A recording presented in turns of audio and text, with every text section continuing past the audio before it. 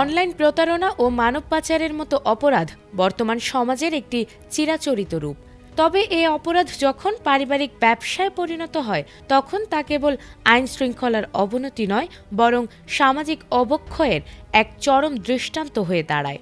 আর এমনই এক সংঘবদ্ধ চক্রের খোঁজ মিলেছে মিয়ানমারে।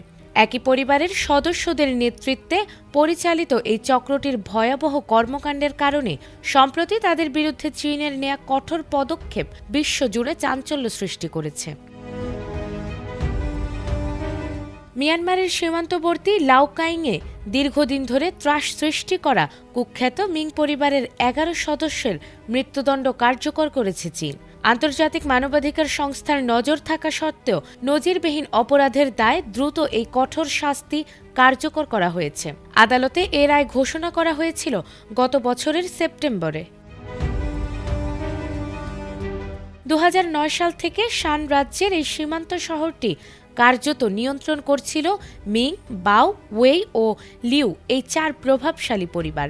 প্রথমে আফিম ও মেথামফেটামিন উৎপাদন, পরে ক্যাসিনো ও অনলাইন স্ক্যামের বিশাল নেটওয়ার্ক, সব মিলিয়ে অপরাধের এক ভয়ঙ্কর সাম্রাজ্য গড়ে তুলেছিল পরিবারগুলো।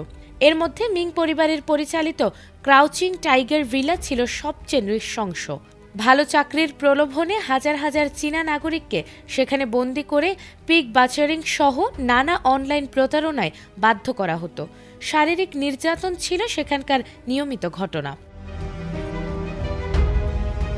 ২০২৩ সালের অক্টোবরে পালানোর চেষ্টার সময় কয়েকজন চীনা নাগরিক নিহত হলে বেইজিং কঠোর অবস্থান নিয়েছিল।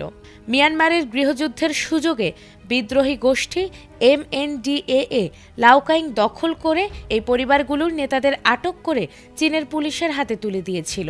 মিং পরিবারের প্রধান মিং সুয়েচ্যাং গ্রেফতারের পর আত্মহত্যা করেন বলে জানানো হয়েছে। জিজ্ঞাসাবাদে পরিবারের এক সদস্য উদ্দেশ্যহীন হত্যার কথাও স্বীকার করেছে। এসব তথ্য প্রকাশ করে চীন তাদের কঠোর শাস্তিকে যৌক্তিক হিসেবে তুলে ধরেছে।